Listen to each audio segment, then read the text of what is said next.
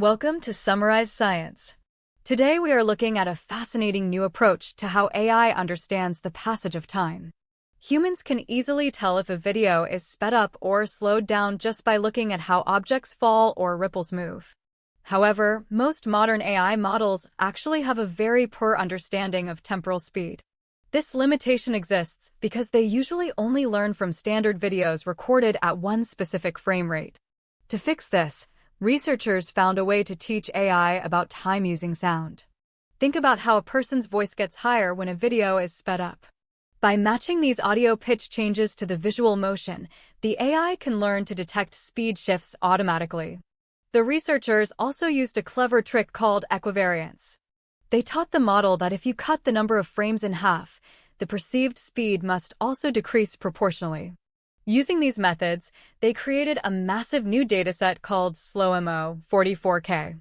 It contains 18 million frames of high-quality, high-speed video footage. This is significantly larger and more diverse than anything that existed before.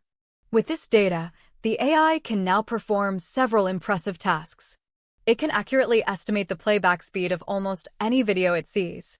It can also generate brand new videos at a specific speed, like a bird flapping its wings in extreme slow motion.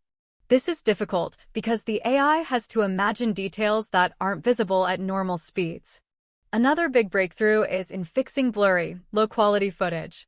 Usually, when you slow down a standard video, it looks choppy or smeared. This new system can perform temporal super-resolution to turn that blur into a sharp, clear sequence. It essentially fills in the missing moments between frames with realistic motion. The results show that this model is much better at controlling speed than previous AI systems.